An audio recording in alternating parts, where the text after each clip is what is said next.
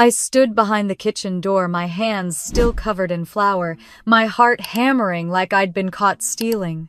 The smell of wine and roasted chicken filled the house and laughter floated down the hallway. My father's voice was steady, confident, like every word he said was law. "We don't need to hire a sitter," he said. "Clara can handle the kids. She's good with children." My mother laughed softly, that light-controlled giggle she used in front of guests. 10 kids, Greg. That's nearly a full kindergarten. Then my sister Laura, the bride, chimed in between sips of champagne. "She won't mind. She's great at that kind of stuff. Besides, it's not like she has anything else going on." The sound of their glasses clinking hit harder than any insult. I stood there frozen, listening to them discuss me like I was a household appliance. 10 kids. I was planning the wedding, designing the flowers, arranging every seat card, and now, apparently, I was the babysitter too. I didn't move. I didn't make a sound. That night, while their laughter still echoed down the hall, I stopped planning my sister's wedding and started planning my disappearance. 6 months earlier, I had thought saying yes was the right thing to do. When Laura got engaged to Mason Hale, the family could barely contain their excitement. He was handsome, polished, and rich. My father nearly toasted to the merger before they'd even set a date. I was sitting at the end of the dining table next to a stack of unopened bills when my mother said it. "Clara, sweetheart, you're so good with these things. You'll help with the wedding, won't you? It'll be your gift. My gift." She said it like I was being offered the chance to serve. Laura clapped her hands together. "That would be amazing, Clara. You're the creative one." I smiled because that's what I do. I smiled and said yes because I thought maybe just this once doing everything right would make them see me. I spent the next months buried in spreadsheets and swatches. I designed the invitations, picked out the color scheme, negotiated the venue in Napa Valley for half its asking price. I was an event designer by trade, but this wasn't work. It was emotional currency. Every check I wrote from my savings, every late night comparing chair fabrics, I told myself it was love. Maybe they'd finally look at me the way they looked at her. Maybe being useful was enough. But every time I brought up a decision, my mother would nod absently. "Whatever Laura wants, darling." My father would murmur, "Keep it under budget." And Laura, she'd text me hearts and smiley faces like a boss placating an assistant. Our house in Portland felt smaller every day. I lived in the converted basement, half storage, half escape. After my breakup last year, I'd moved back home to get on my feet, as my father called it. The truth was, I'd stayed because it was easier to be invisible there. I was 31, living under their roof, working quietly while Laura shined. She was the golden child, the future wife, the reason my mother's voice brightened at country club lunches. I was the quiet one who made things run. "You're the reliable daughter," my father liked to say. Reliable was just another word for disposable. In the evenings after I finished work, I'd sit in the small basement window's light and watch the rain slide down the glass. Portland rain had a rhythm, it taught you patience, endurance. I had both. When Laura sent photos of her new engagement ring to the family group chat, I replied first with a heart emoji. When Mom announced the wedding would be an elegant vineyard affair, I was the one who said, "I'll handle it." I even took a leave from my main client so I could dedicate myself full-time to the Benson Hale Union. I told myself it was professional pride. It wasn't. It was the same old hunger for approval. The night I overheard them, I was frosting cupcakes for the tasting menu, humming softly to distract myself. The door was slightly open, just enough for the laughter to spill through. I wasn't eavesdropping. I was just there. And then I heard my name. I heard them dividing up tasks like a team, assigning chores, and when it came to me, I wasn't a sister or even a planner, I was labor. I froze. My hands trembled, a smear of frosting sliding off the spoon and onto the counter. "She's good at that kind of stuff," Laura said again, and something inside me cracked. I wanted to walk in to scream, to say I wasn't their staff. But I didn't. I just stood there staring at the pale swirl of frosting melting under the kitchen light. Later that night, everyone went to bed happy. I could hear Laura on the phone in the guest room laughing with her fiancé about the spa day they'd booked before the ceremony. I sat in the dark living room staring at the glowing binder on the coffee table, my masterpiece. Benson Hill Wedding printed in gold across the cover. Inside were 6 months of my life vendor lists, budgets, receipts, color-coded schedules. Every note ended with my name, Planner Clara Benson. Paid by Clara Benson. It looked so perfect. It looked like proof that I mattered. But that night, under the soft hum of the refrigerator, I saw it for what it was, a cage I'd built myself. I thought about all the times I'd been the fixer. When Laura got caught skipping class, I covered for her. When she forgot our mother's birthday, I baked the cake. When she lost her job, I edited her resume. Every time I stepped in, every time I disappeared a little more, I thought being dependable made me valuable. But dependable had made me invisible. My mother once told me, "You're my rock, Clara. Rocks don't get thanked. Rocks just sit there while everyone stands on them." I went upstairs quietly past the framed photos of Laura graduation, internships, vacations. My own face appeared in a few of them, always slightly out of focus, a background presence. In my room, I closed the door and sat on the edge of the bed. The binder lay open on my desk, its tabs shining like little teeth. 10 kids, I whispered to myself. 10 screaming, laughing, crying reminders that I wasn't invited to celebrate, only to serve. My chest ached, but my mind was suddenly sharp. It wasn't anger, it was clarity. They had never once asked what I wanted. They had only ever asked what I could fix. I reached for the timeline chart and tore it straight down the middle. The paper made a sound like something snapping free. I didn't cry. I just sat there watching the pieces curl at the edges. I opened my laptop and stared at the screensaver, a photo of the vineyard and Napa rows of vines glowing under the sunday. It was beautiful, but it wasn't mine. Nothing about this wedding was. I shut the laptop. Outside, the rain began to fall harder, tapping against the window in steady, rhythmic insistence. I lay back on the bed, staring at the ceiling. My heart wasn't pounding anymore. It was steady, deliberate, somewhere between exhaustion and freedom. The voices downstairs faded. The house went still. For the first time in my life, I didn't feel the urge to fix anything. I let the silence spread. I whispered into the dark, "You wanted me to make it perfect. You wanted me to manage everything." My voice was calm, almost steady. Well, what happens when I stop? I turned off the light. I didn't make a plan that night, not exactly. But I knew the first step. Tomorrow I wouldn't go to the flower meeting. I wouldn't confirm the caterer. I wouldn't update the timeline. I would let the silence do the work for me. I fell asleep to the sound of the rain, and for once it didn't sound like background noise. It sounded like applause. The smell of coffee filled the kitchen that morning, but it couldn't cover the silence that had settled overnight.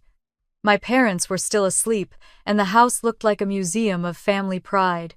Every wall held a frame. Every frame told the same story, the perfect Bensons. There was Laura in the center of every photo, her bright blonde hair glowing under studio lights, her smile rehearsed but radiant. In most of them, I was there too slightly to the side, one step behind, half hidden by someone's arm or a Christmas tree branch. In the newest portrait, Laura wore a champagne dress standing next to her fiancé Mason. My parents glowed beside them. I stood on the far left holding a tray of hors d'oeuvres. When people looked at those pictures, they saw harmony. I saw hierarchy. In pictures, we looked like love. In real life, we looked like a company with Laura as the star product and me as quality control. I remembered the last photo we took together. Laura had thrown a tantrum because her dress wrinkled in the car. Mom rushed to smooth it out. Dad told the photographer, "Give us a minute, she's emotional." I had knelt behind Laura, steaming the hem with a handheld iron, my own hair curling from the heat. When the shutter clicked, she smiled like a princess. I was still on my knees, out of frame. That was the moment I learned that family photos weren't memories. They were marketing. I tried to shake the thought off as I poured my coffee, but it lingered like a bitter aftertaste.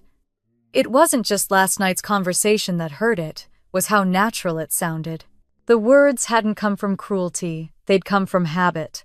My parents had been speaking that language all my life. When we were little, Laura was called our sunshine and I was our problem solver. Mom bought her tutus and pink ballet shoes. I got a plastic tool set and a book called How Things Work. Laura lights up a room, Mom would say. Clara keeps the lights on. When Laura spilled paint on the carpet, Mom scolded me for not stopping her. When Laura forgot her homework, Dad said, "Clara, help your sister focus." I wasn't the older sister. I was the built-in safety net. That pattern never ended. Laura grew up expecting the world to cushion her falls. I grew up believing it was my job to catch her. By the time she turned 20, she was the artist, the creative one, the one with potential. By the time I turned 20, I was the one who made her deadlines, edited her essays, and stayed up to proofread her college portfolio. She graduated with honors. I graduated with insomnia. I used to tell myself it was love. That helping her succeed was helping the family succeed. That's what Dad always said, we Bensons rise together. He never mentioned that some of us had to kneel for that to happen. Now Laura was getting married, and somehow my parents had made her wedding my responsibility too. I thought about the dinner last month when they announced the venue. We were sitting around the long dining table, candles flickering. Dad lifted his wine glass. To Laura, he said proudly, "She's marrying into the Hale family, finally, someone who matches our standards." Everyone clapped. Then he turned to me. "And to Clara, who'll make sure it all runs smoothly. We can always count on her." Mom nodded, smiling. "You're so organized, dear. We'd be lost without you." The room laughed. I laughed too, because what else was I supposed to do? But the words stung in a way compliments shouldn't. They didn't say I was part of the celebration. They said I was part of the service. After dinner, when the guests left, I stayed behind to clean up. Laura came into the kitchen, wine glass in hand. "You're amazing, you know," she said. "I could never do all this." She meant it as praise, but it sounded like a sentence. I smiled and kept washing dishes. "Don't worry," I said. "You won't have to." My days blurred after that. I juggled my job at a small event studio in Portland while managing her wedding full-time. When my coworkers asked if I was getting paid, I laughed it off. It's family. Family meant free labor, emotional or otherwise. I told myself it was fine, that I was building something bigger, a connection, maybe even gratitude. But every time Mom called, it was another task. "Remember to confirm the menu, darling. Oh, and Mason's family wants vegan options. Can you design the seating chart? You're good at those. Check the dress fittings." You know how Laura forgets. I was drowning in lists that didn't belong to me. Sometimes I caught myself wondering, what would happen if I stopped? Would they panic? Would they even notice?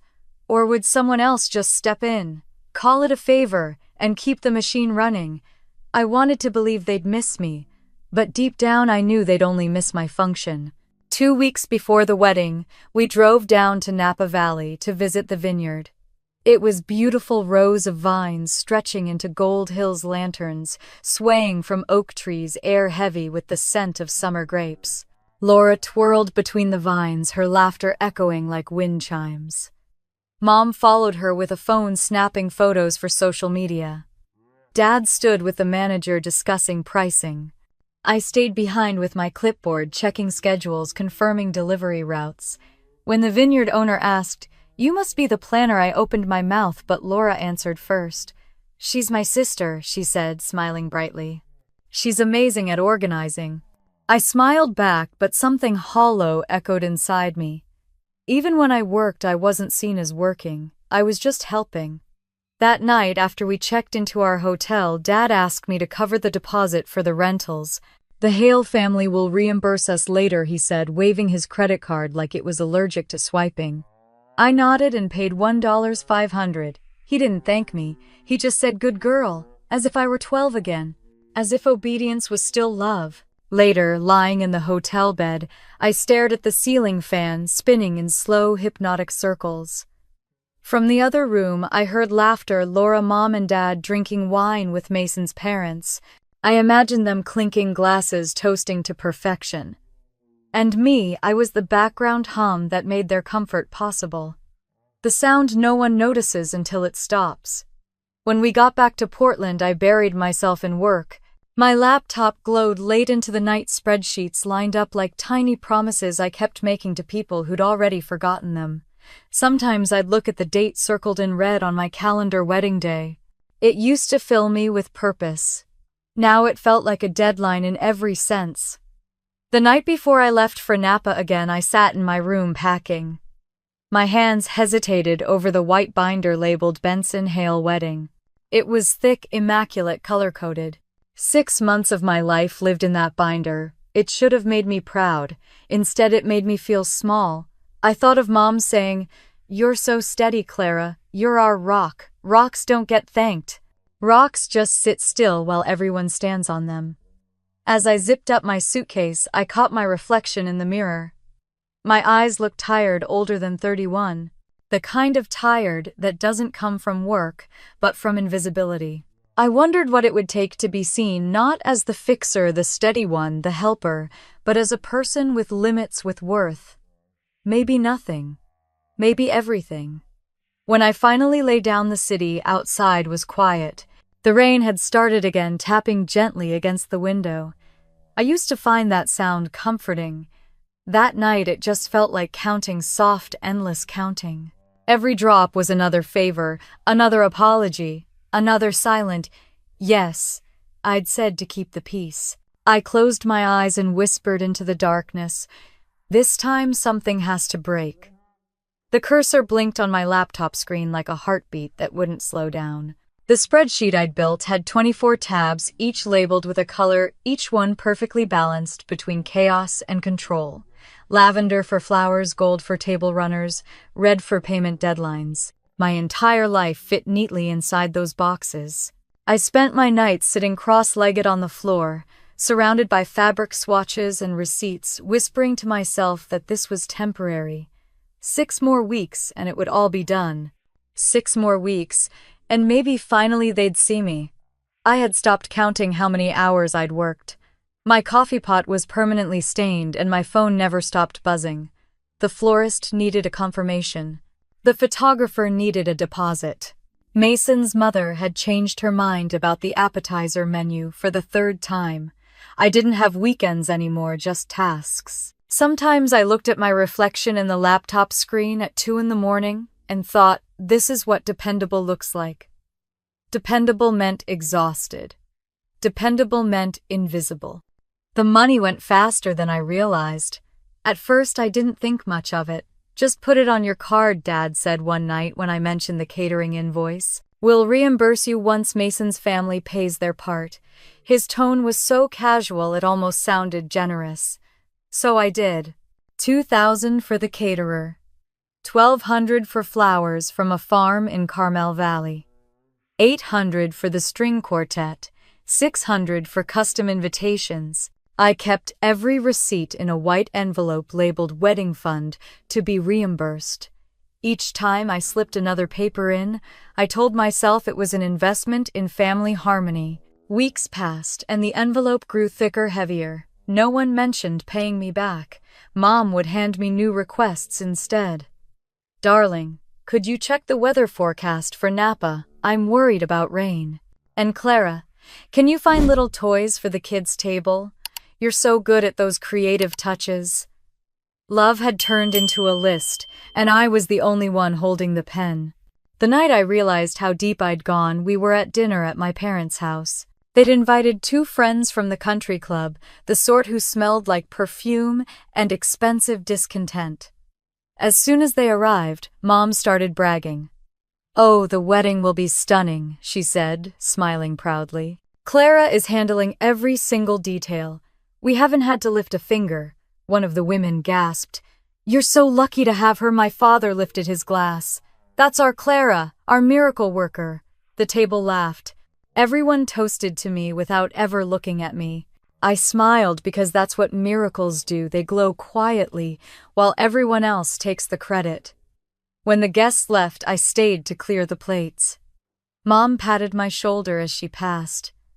You're such a blessing, dear. Blessing was another word for servant. The compliment slid off me like cold water. I drove home through the rain, headlights blurring across the windshield. I pulled into my small basement apartment and sat in the car with the engine running, the sound of the wipers syncing with my heartbeat. My chest felt tight, not from sadness, but from something harder. To name something between fatigue and fury. I was tired of being useful. But I didn't know how to be anything else. The next morning, I woke up to a text from Laura. The floral arch looks too minimalist. Fix it. No good morning. No please. Just a command. I typed back, we're already over budget, but I'll see what I can do. Within minutes, Mom called. Sweetheart, don't upset your sister. You know how sensitive she gets before big events. Just make it work. Make it work. My family's favorite phrase. I'd been making it work for them since I was 12. By the third week of August, I was averaging 4 hours of sleep a night. My hands shook when I poured coffee, and I'd started writing notes on my palms so I wouldn't forget small tasks. I told myself this was what love looked like: sacrifice, endurance, devotion. Rachel, my best friend, wasn't buying it. She called one night while I was finalizing table layouts. You're still up. It's midnight. I laughed softly. I've got to send the final seating chart. Clara, she said, they're using you. Do they even pay you? I hesitated. They said it's my gift. A gift, Rachel snapped. You don't gift your sanity. I wanted to argue, but I didn't have the energy. It's just easier this way, I said. She sighed. Easier for them, maybe. I hung up and sat staring at my reflection on the black screen after the call ended. I looked older, harder. My mother used to say I was her steady one. Steady just meant numb. My steadiness was the cement that held their comfort together. 2 weeks before the wedding, we went back to Napa for a final review. The air smelled like grapes and dust, and the vineyard shimmered in gold light. It should have been beautiful. Instead, it felt like a set I'd built for someone else's movie. Laura stood under the half-finished floral arch, pouting. It looks too plain. I reminded her the premium flowers she wanted were out of season. Well, you're the creative one, she said. Figure it out. I turned to Mom, hoping for backup. She smiled softly, tiredly. You know how emotional your sister gets, darling. Don't make a scene. My father joined us then, phone in hand, brows furrowed. And don't embarrass us in front of the Hales, Clara. We want this to go smoothly. I nodded. I always nodded. That evening I wandered outside while they dined with Mason's family in the private hall. I stood among the vines, watching the lanterns sway in the warm wind. The laughter from the hall carried faintly through the air, cheerful, distant, foreign. I leaned on a wooden post, breathing in the silence between the crickets. For the first time, I admitted to myself I wasn't tired from work. I was tired from being their foundation. I had turned beauty into burden. I called Rachel. She picked up on the second ring. Tell me you're done, she said, before I even spoke. I laughed softly. Almost. Almost isn't enough, she said. You deserve peace. I looked out across the glowing rows of vines. I just want it to be over. Then make it over, Rachel said. No one's going to give you permission. Her voice stayed with me long after we hung up. When I got back to my hotel room, there were 3 missed calls from Mom. I didn't answer. I turned my phone face down and sat on the bed. My planner binder was open on the desk, pages fluttering from the ceiling fan's breeze. I reached over and traced one of the headers: final vendor payments due August 28. I could see my own handwriting, small and neat, listing all the responsibilities that weren't mine. For the first time, the sight didn't fill me with pride. It made me angry. My name was everywhere, but my presence was nowhere. I closed the binder and lay back, listening to the muffled sound of music from the restaurant below. Somewhere, people were celebrating. I imagined Laura in her silk dress, my parents smiling beside her, Mason's family raising glasses. I tried to picture myself there, but every version of me was holding a clipboard. I drifted off sometime past midnight, When I woke, the first light of dawn was slipping through the curtains, painting the room pale gold. I sat up slowly, stretching my aching shoulders, and whispered into the quiet enough. My voice was hoarse but certain. Later that morning, as I drove north toward Portland, the highway shimmered under the rising Sunday. I glanced at the calendar reminder, flashing on my phone, confirm Kids Corner. I stared at it until the screen dimmed and went black. The words stayed in my head anyway, looping like a cruel joke. Kids Corner. I hadn't realized it yet, but that little phrase would be the match that burned everything down. For now I kept driving. The sky was bright, the road empty, and the weight on my chest felt lighter than it had in years. The road to Napa was almost too beautiful to be real. The hills rolled like waves, the air smelled of earth and ripened grapes, and the sky stretched out in a soft blue hush. I told myself this trip would be the last push, the final sprint before peace. I didn't know I was driving straight toward the moment everything inside me would break. When I arrived at the villa my parents had rented, the air was filled with the sound of sprinklers and the faint echo of laughter from the kitchen. It was Wednesday, 3 days before the wedding. I had been up since 5 in the morning, meeting vendors, walking the venue, checking delivery schedules. My shirt was dusty, my hands sticky from tape and flower stems. I looked like what I was, the woman behind the curtain. The fixer. The quiet engine that made everyone else look flawless. I parked in the gravel driveway and sat there for a moment, my forehead resting on the steering wheel. My phone buzzed with a text from Laura. Make sure the cocktail napkins are ivory, not pearl. Another from Mom. We need to add Mason's cousin's kids to the guest list. You're a lifesaver. I turned the phone face down. I was too tired to reply. The villa looked peaceful from the outside. Soft yellow light spilled through the kitchen windows. When I opened the front door, the smell of wine and roasted chicken greeted me like a cruel kind of welcome. I kicked off my muddy shoes, ready to shower and disappear into my room. Then I heard their voices. They were laughing. The sound came from the kitchen, warm, relaxed, familiar. I paused in the hallway, hidden in the dim light. I didn't mean to listen. I just needed a moment to breathe. Dad's voice carried first. It's perfect, he said, pleased. We don't need to hire a sitter. Clara can handle the kids. She's great with children. Mom's laugh followed. 10 kids, Greg. That's a lot. Then, Laura, bright and airy, as if she were commenting on the weather. She won't mind. It's not like she's bringing anyone. Their laughter filled the room, soft and certain. My body went still. 10 kids. My brain repeated the number like it couldn't compute. 10 children. I took a step back, the wood floor creaking under my heel. My hand gripped the edge of the wall to steady myself. They hadn't seen me. I stood there in the shadows, listening to my family assign me a job I didn't agree to. Mom poured another glass of wine, her tone light. She really is so dependable. We're lucky. Lucky, Dad chuckled. She always does what's needed. That'll save us $1,000 at least.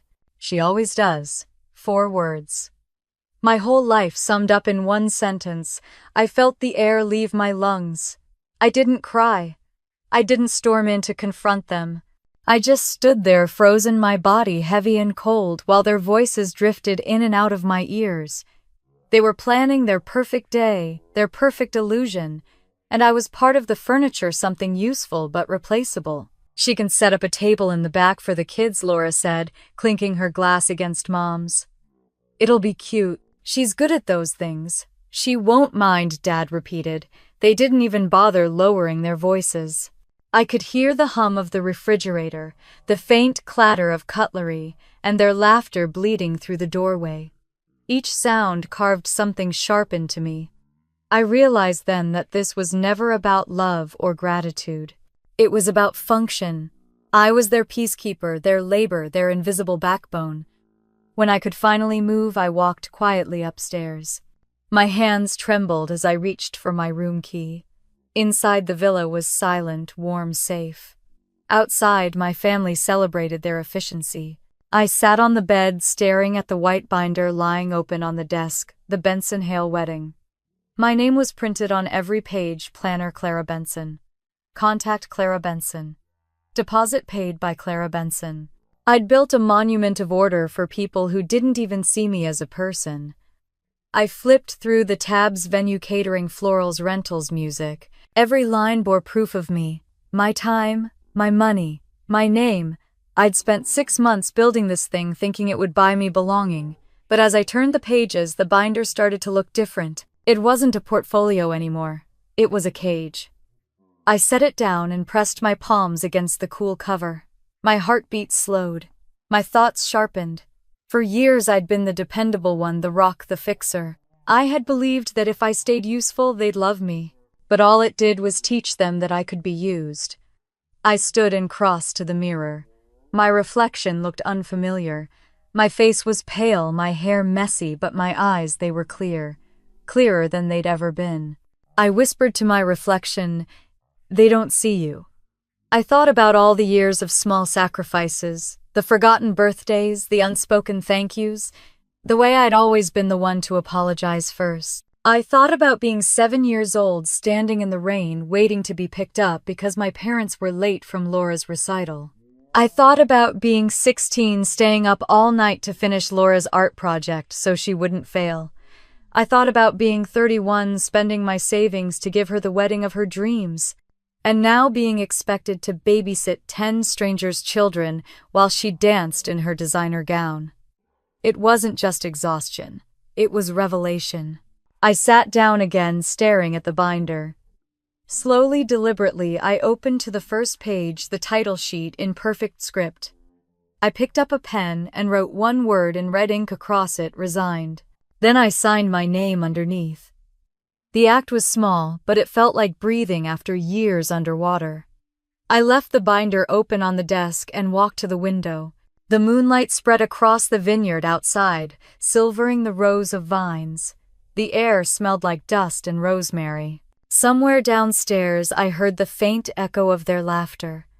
It wasn't anger, I whispered to the dark. It was clarity. I didn't need to scream or break anything. The silence itself was louder than anything I could have said. I turned off my phone, placed it face down on the nightstand, and sat there for a long time watching the moon drift behind the clouds. I felt hollow, but the emptiness wasn't frightening, it was clean. For the first time in my life, I didn't feel the urge to fix things. I didn't want to soothe anyone. I didn't want to explain myself. I wanted distance, space, oxygen. They wanted me to keep their world together. I decided to let it fall apart. Before I went to bed, I closed the curtains, turned off the lamp, and whispered the truth that had been forming all night. "You used me," I said softly. "You built your happiness on my silence. But I'm done being quiet." The next morning I would wake up lighter. I would pack my things, walk out of that villa, and begin erasing myself from their plans. But that night, sitting alone in that golden house full of laughter, I let the fixer inside me die.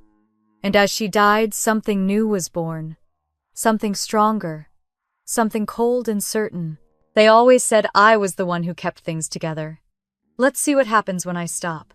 The morning after the laughter, the villa felt empty in a way that echoed. The air was still, the sunlight too clean. I sat at the kitchen table, staring at the half-finished notes I'd written the night before, times, vendors' numbers. The handwriting looked like it belonged to someone else. I used to wake up with a list of things to do. That morning I woke up with nothing but silence. It was sharp, almost comforting. I made a cup of coffee and stood by the window. The vineyard outside shimmered with early fog. Birds moved lazily between the rows of vines, and for the first time in years I didn't feel the need to rush. My hands were still, the kind of stillness that comes when there's nothing left to lose. I didn't cry. I didn't think I could anymore. At 8, my phone buzzed. Mom's sweetheart, remember to call the baker about the gluten-free cake. "You're amazing, thank you." I stared at the message until the screen went dark. The word amazing looked hollow now, an echo of praise used to disguise demand. I placed the phone face down on the counter and grabbed my keys. I needed air that wasn't shared with their voices. The drive into town was quiet. The roads wound through the valley, sunlight flickering through the trees. My body moved on autopilot while my mind floated somewhere above it all. By the time I reached downtown Napa, I didn't even know why I'd come. I parked outside a small cafe called Morning Ember, a place that smelled of roasted beans and old wood. The bell above the door chimed when I entered. I ordered a black coffee and found a table in the back corner away from the window. The cafe was nearly empty, just a barista humming along to a song on the radio and an older couple sharing a pastry. I cupped my hands around the warm mug and tried to remember the last time I'd sat somewhere with no purpose. Then my phone rang. Rachel, my only friend who didn't live inside my family's script. Her voice was a burst of sound against the quiet. Clara, where are you? In Napa, I said, my throat dry. There was a pause, then her tone softened. You sound like you've been holding your breath for a year. I think I have, I said. My voice cracked on the last word. What happened? I hesitated, swallowing the lump in my throat. They want me to babysit 10 kids during Laura's wedding. Rachel was silent for a beat, and then her voice hardened. 10 kids? You're joking. I wish I was. That's not family, Clara. That's free labor. I laughed weakly. It's just how they are. They didn't mean stop. Her voice cut through sharp, but not unkind. You always say that. You always explain them. I can't just... Yes, you can. You stop. You say no. You walk away. The words hit like wind, knocking the air out of me. Rachel, if I don't do this, it'll be chaos. They'll lose it. My mom will cry, Dad will yell, Laura will call me selfish. So let them, she said calmly. Let them cry. Let them yell. Let them fall apart for once. I stared into my coffee, the steam rising in soft spirals. The thought of letting go terrified me more than the thought of being used. If I stop, it all collapses, I whispered. Then let it collapse, Rachel said. That's not your problem anymore. Something inside me trembled. Her words felt dangerous, but they also felt like freedom. Do you know what happens when you keep saving people who never say thank you? Rachel asked. I didn't answer. They forget you're human. My throat tightened. I think they already have. Rachel's tone softened. Then stop being their safety net. You've spent your whole life catching them. Let them hit the ground. Maybe that's what it takes for them to finally look up and see you. We sat in silence for a moment, the kind of silence that feels like something shifting inside you. I don't know where to start, I admitted. Start by not doing anything, she said. You don't have to fix this. You don't have to fix them. Just stop. It sounded impossible, and yet a strange peace crept in behind the fear. Promise me you won't go back there today, she added. I promise, I said. And for once, I meant it. 2 hours later, the door of the cafe swung open, and there she was, Rachel, hair, wind-blown eyes bright with concern. She didn't even look around. She walked straight to me like she'd been following a signal I didn't know I was sending.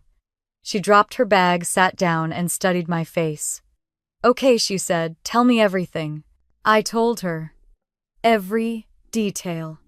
The 6 months of planning, the late nights, the deposits, the exhaustion. And then the hallway conversation, the laughter, the words that had stripped me bare. She won't mind.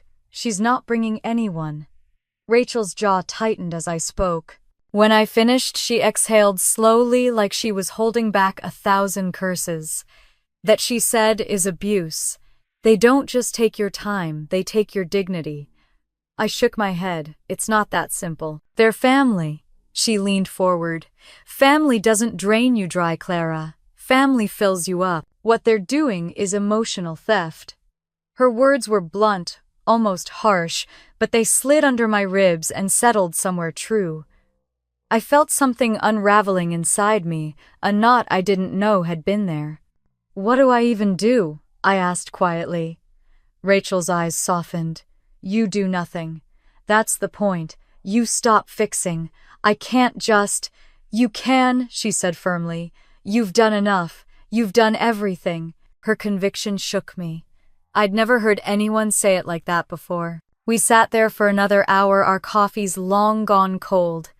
She talked about her own mother, about boundaries she had to draw to survive.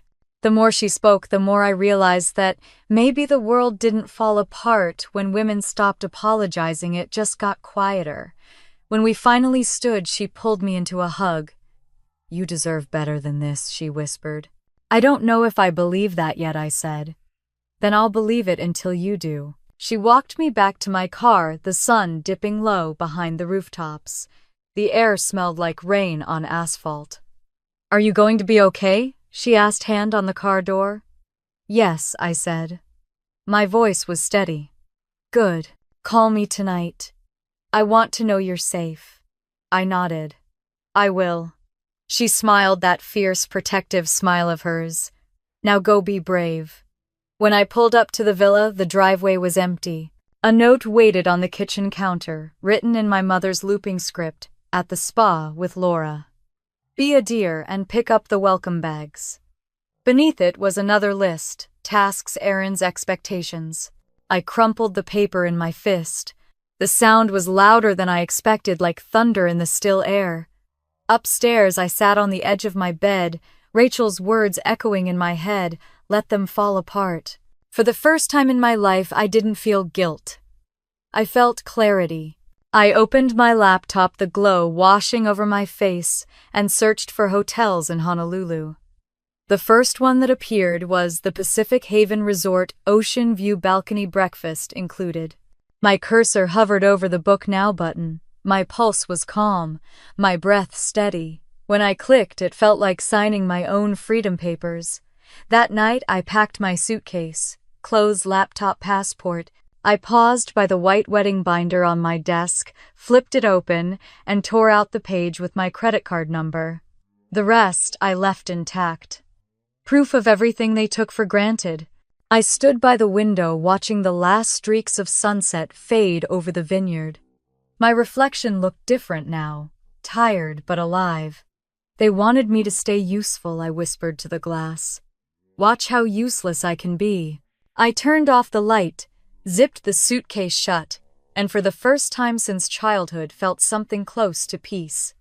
The villa was quiet when I came back. Afternoon sunlight poured through the curtains, turning the wooden floor honey gold. The air smelled faintly of lavender from the candle Mom had left burning that morning. On the kitchen counter lay a folded note written in her neat looping handwriting. "Spa day with Laura. Be a dear and confirm the welcome bags." Beneath it, another list waited, written in her sharper, efficient script: "Call caterer. Confirm limousine. Buy snacks for the kids." I stood there for a long moment looking at those words. Then I picked up the note, crumpled it in my hand, and threw it into the trash. The sound it made was small, but it filled the entire room. They went to a spa. I went to war. I walked into the dining room where my laptop still sat open from the night before.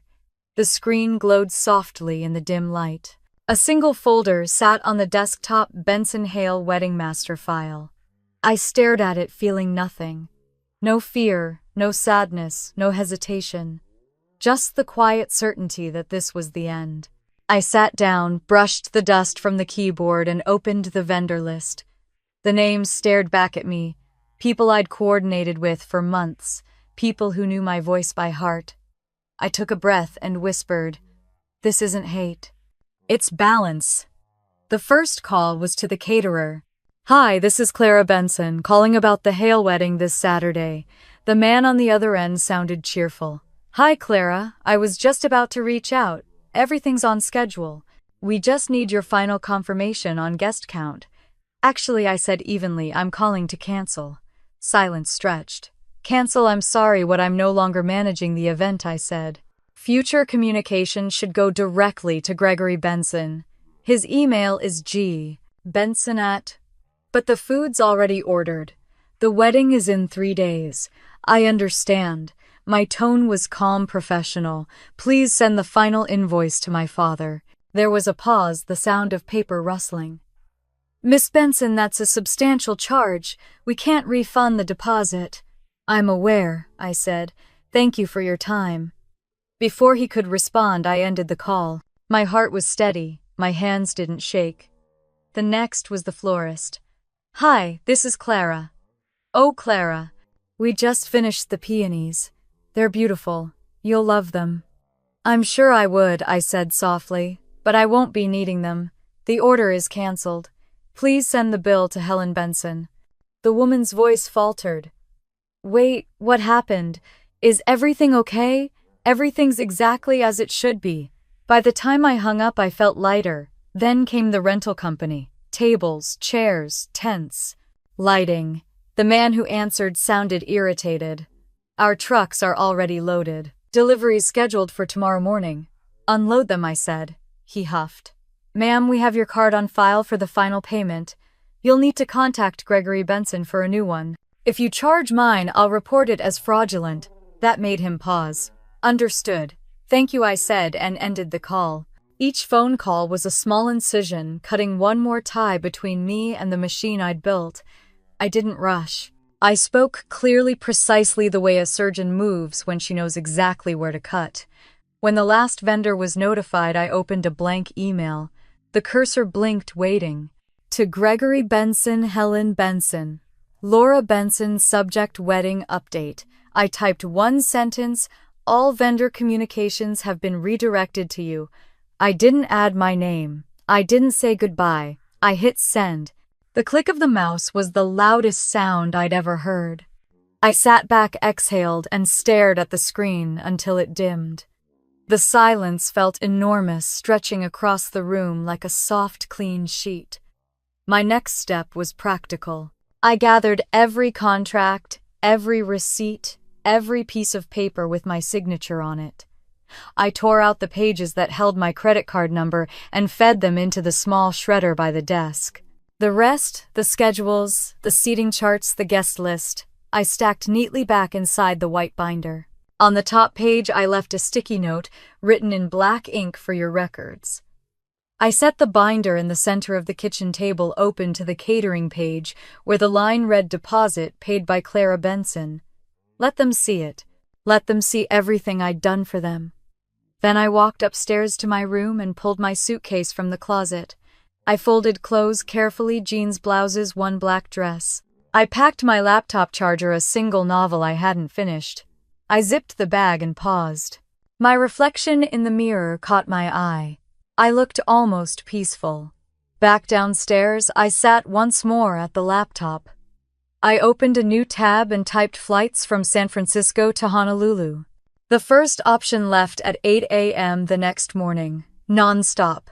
$687. I didn't think. I didn't hesitate. I booked it.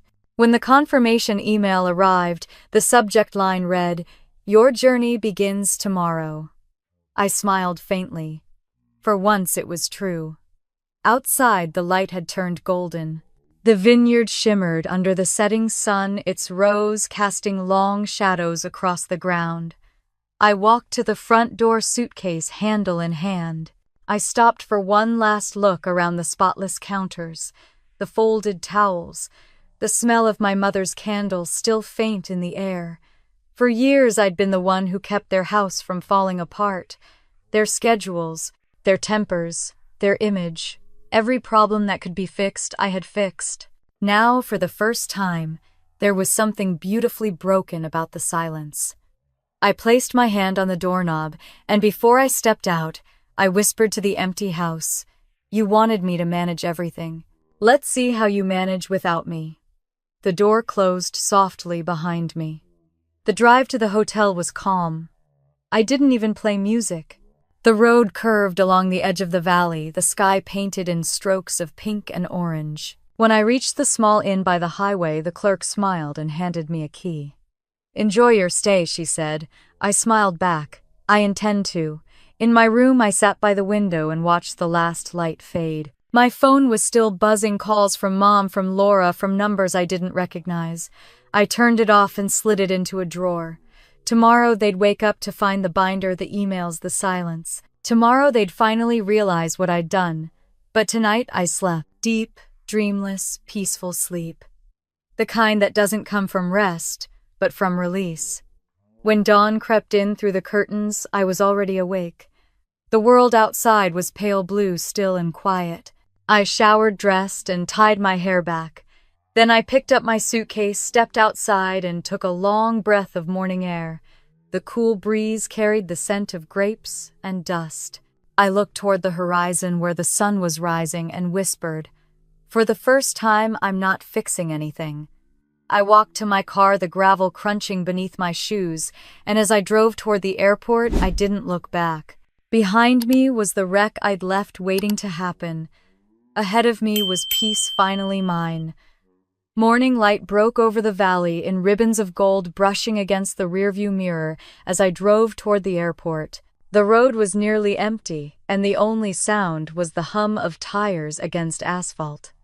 My hands rested easily on the steering wheel, and for once they weren't clenched. The world outside looked softer, freer, like it had been waiting for me to finally notice it. Fog clung to the hills, curling like smoke around the vineyards. I rolled down the window, letting the crisp air rush in. The scent of earth and grape leaves filled the car. For the first time in months, I wasn't thinking about lists or schedules. There was no timeline, no phone buzzing, no one waiting for me to fix something, just the sound of my own breathing and the open road ahead. When I reached the Oakland airport, I parked the rental car in the return lot. My suitcase felt light in my hand as I walked through the sliding doors. The noise of travelers filled the air wheels, rolling voices echoing the sharp beep of boarding announcements. People were rushing, but I wasn't one of them. I had nowhere to be except away. At the check-in counter, the attendant smiled politely. "Destination Hawaii," I said, my voice steady, almost serene. She nodded, typing quickly. "Vacation," I thought about it for a moment, then smiled faintly. "Something like that." When I handed over my ID, my fingers brushed the edge of the ticket. San Francisco to Honolulu. I stared at the printed date, August 26th. My sister's wedding day was August 29th. 3 days. Just enough time for my absence to set the world on fire. After security, I stopped by a cafe and bought a bottle of water. The barista called me ma'am and wished me a nice flight. No one asked me for favors. No one expected me to fix a crisis. I was just another traveler in line, invisible in the best possible way. As I waited at the gate, I glanced at my phone. 17 missed calls, 12 messages. My mother, my father, Laura. I didn't open a single one. I turned the phone off completely and slid it into my bag. Silence would speak louder than any words ever could. When the plane began boarding, I stepped into the line. The air smelled faintly of jet fuel and coffee. I found my seat by the window, put my bag in the overhead bin, and sank into the cushion. Outside, the morning light shimmered off the wings. For a long moment, I just stared. When the engines roared to life, the vibration traveled through my chest. The plane lifted, pressing me back into the seat, and the ground began to fall away. The vineyards, the roads, the villa, all of it shrinking into a patchwork of green and gold until it disappeared entirely. I closed my eyes. Some people run away, I thought. Others simply leave. The flight attendants moved down the aisle offering drinks. I asked for orange juice. The woman next to me, a silver-haired lady in a floral dress, smiled as I set the cup on my tray. "Vacation or business?" she asked, her voice kind. I hesitated. "Neither, maybe both," she chuckled. "That sounds mysterious." I looked out the window at the blanket of clouds below us. "I guess I'm starting over." Her eyes softened. "Then may your flight be the start of peace." Her words lingered in the quiet. I wanted to thank her, but instead I just smiled and sipped my drink. As the plane leveled, I opened my journal for the first time in months. The pages smelled faintly of dust and ink. I wrote without thinking, "I am done being the fixer. I am done being the background. I am done being the story other people tell." The words came easily, like I'd been rehearsing them all my life. After a while, I set the pen down and stared out at the endless blue sky. There was something freeing about not knowing what came next. The old Clara would have needed a plan, a purpose, a list. The new one only needed stillness. Hours later, the pilot announced our descent. The ocean appeared beneath us, deep turquoise streaked with light. The islands rose up like emeralds set in blue glass. When the wheels touched down, I exhaled slow and steady. I'd made it. Not just to a new place, but to a new version of myself. The air outside the airport was warm and heavy with salt. Palm trees swayed lazily in the wind. I climbed into a taxi and gave the driver the name of my hotel. Pacific Haven Resort, I said. He smiled in the mirror. Good choice. Honeymoon, I almost laughed. No, something better. The drive took 30 minutes. The city blurred by bright murals, open markets, the glitter of sunlight on glass buildings. Then we reached the coast, and the world opened up. The ocean stretched forever, the sky melting into the horizon. The hotel was beautiful stone and glass, the kind of place designed for people who wanted to disappear into comfort. Inside, cool air carried the faint scent of coconut and orchids. The woman at the front desk greeted me with a smile. "Welcome to the Haven, Miss Benson. We have your suite-ready balcony view, just as requested." "Thank you," I said, meaning it. The elevator doors opened to the 5th floor. When I stepped into my room, sunlight flooded the space. The bed was crisp and white, the windows tall and open. I walked to the balcony and pushed the doors wide. The sound of the ocean filled the room immediately, a soft, endless rhythm. I took off my shoes and stepped outside. The breeze touched my face, warm and steady. Below, the waves curled and broke in slow, graceful lines. I could see surfers far out near the reef, tiny black dots moving against the blue. It didn't feel like escape. It felt like recovery. I sat on the balcony chair and pulled my phone from my bag. I hesitated, then turned it on. The screen lit up like a warning, 42 missed calls, dozens of texts. I scrolled through the first few. "Mom, Clara, where are you? We're worried." "Dad, you need to call me now. The florist says you canceled everything. Fix this. Laura." "This isn't funny. The rehearsal is tomorrow." "What are you doing?" I placed the phone face down on the table and poured myself a glass of water. I didn't owe them an answer. Their panic was proof enough that I'd been holding their world together all along. For a while, I just listened to the ocean. Then, without even realizing I'd decided to, I smiled. The kind of smile that comes from deep inside, slow and quiet. As the sun began to set, the sky turned gold, then pink, then violet. I leaned against the balcony railing and whispered, "Let them learn." The waves crashed below like applause. That night, I ordered dinner from room service, grilled fish, fresh fruit, a glass of white wine. When it arrived, I ate on the balcony with the lights dimmed and the stars overhead. The ocean glimmered under the moonlight, and the air smelled like salt and freedom. I finished my wine and set the glass down. Somewhere across the ocean, my family was beginning to unravel.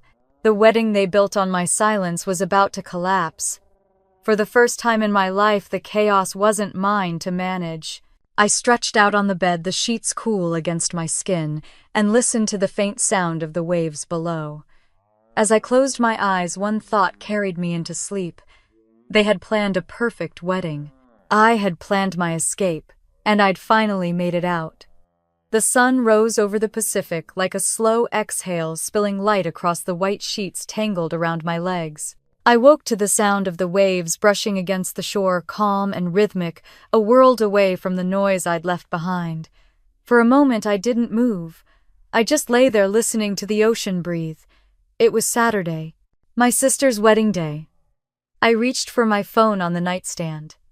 The screen stayed dark for a moment before coming alive. 47 missed calls, 22 unread texts, and 3 voicemails. The storm had arrived right on schedule. I didn't open anything yet. I wanted to enjoy at least one sip of peace before chaos tried to reclaim me.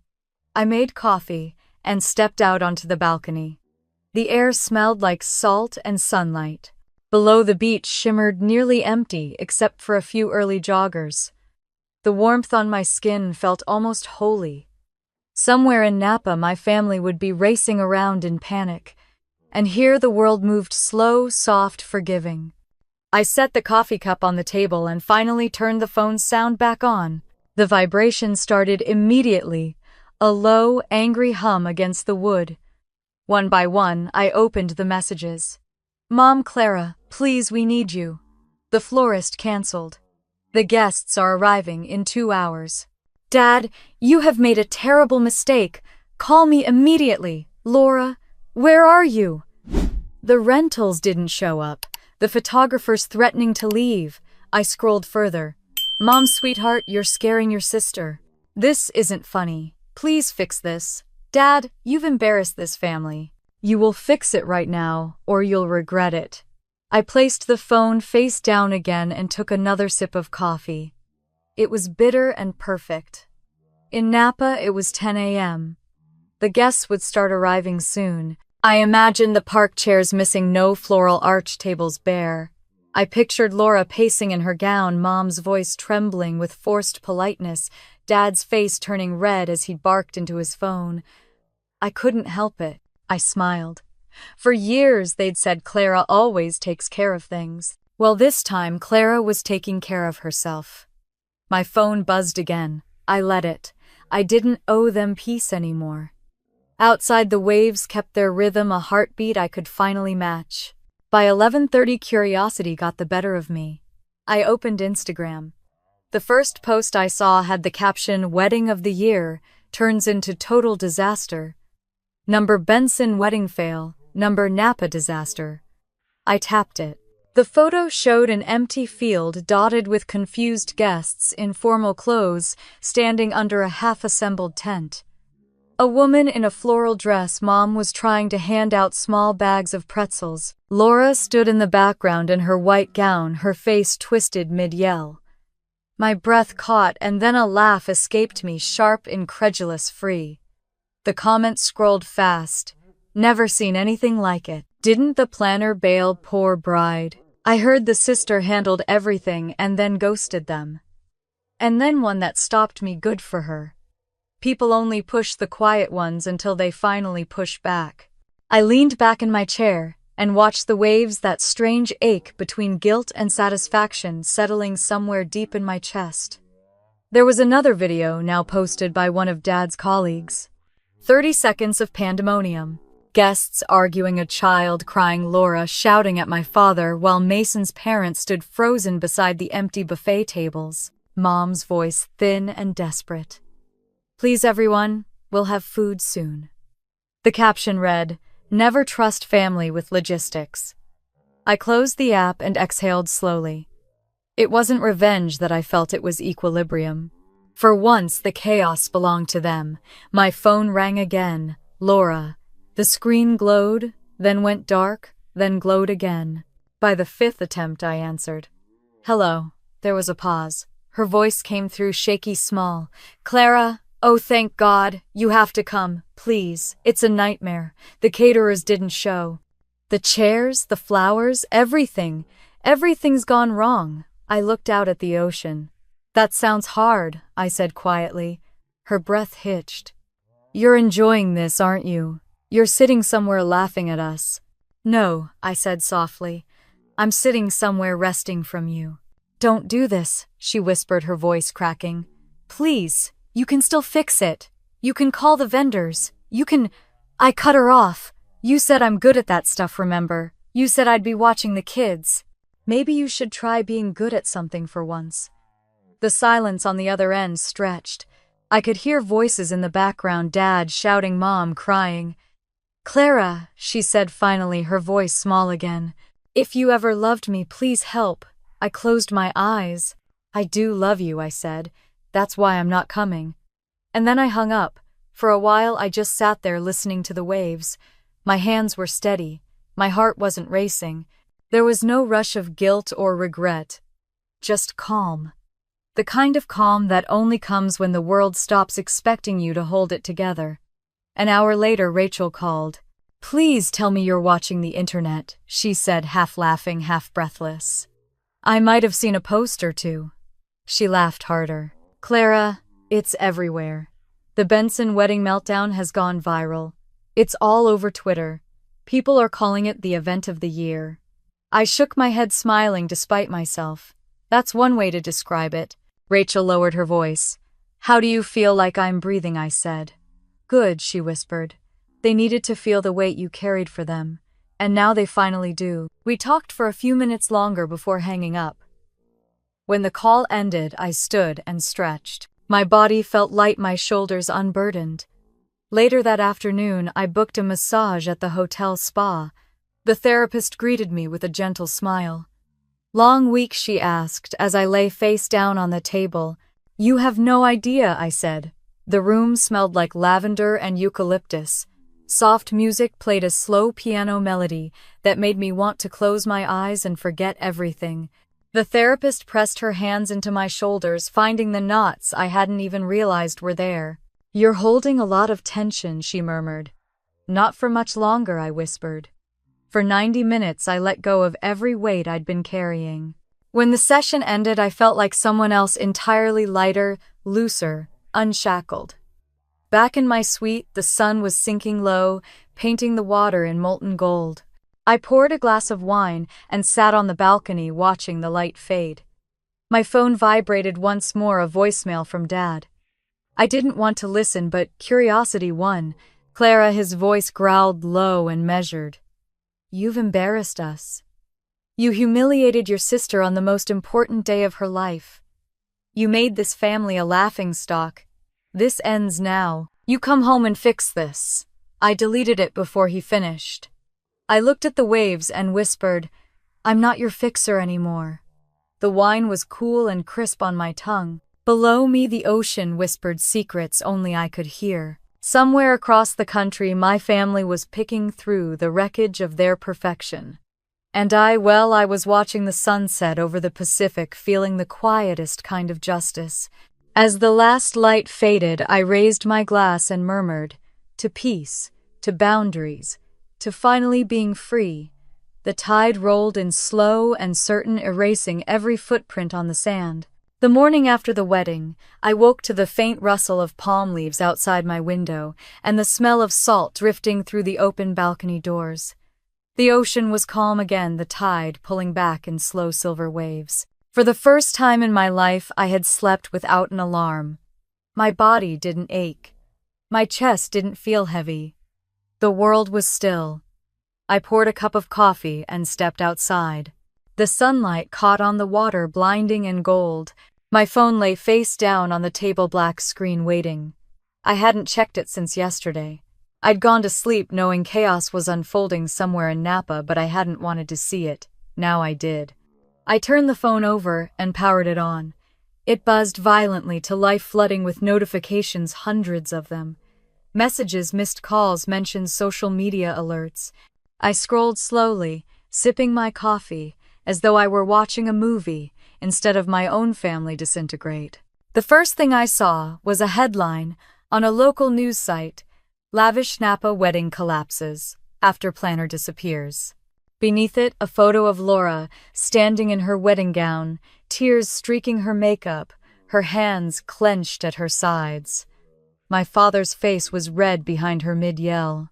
Mom looked stunned, clutching a glass of champagne like it could save her.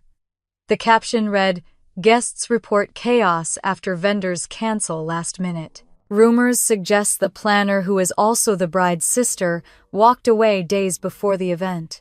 I stared at the screen, waiting for a rush of guilt that never came.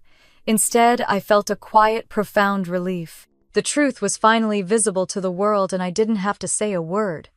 When I opened Instagram, it was worse or better depending on how you looked at it. Hashtags like #Benson wedding fail, #Napa disaster, and #planner gone rogue had taken over. Guests had posted videos, selfies, angry captions. In one clip, my father was shouting into his phone while Mom tried to pass out pretzels. The comments were merciless. That poor sister probably hit her breaking point. You can't treat people like staff and expect them to smile forever. This is what happens when families confuse love with labor. I scrolled through the chaos until my thumb hurt. Then I saw a post from someone I hadn't thought about in years, my cousin Melissa. A photo of the disaster site with the caption, "Everyone's shocked, but honestly, we all saw how they treated Clara. She finally stood up for herself. Good for her." I didn't realize I was crying until a tear slid onto my coffee cup. Not out of sadness, out of validation. Someone had seen it. Someone had seen me. My phone buzzed again this time with a text from a number I didn't recognize.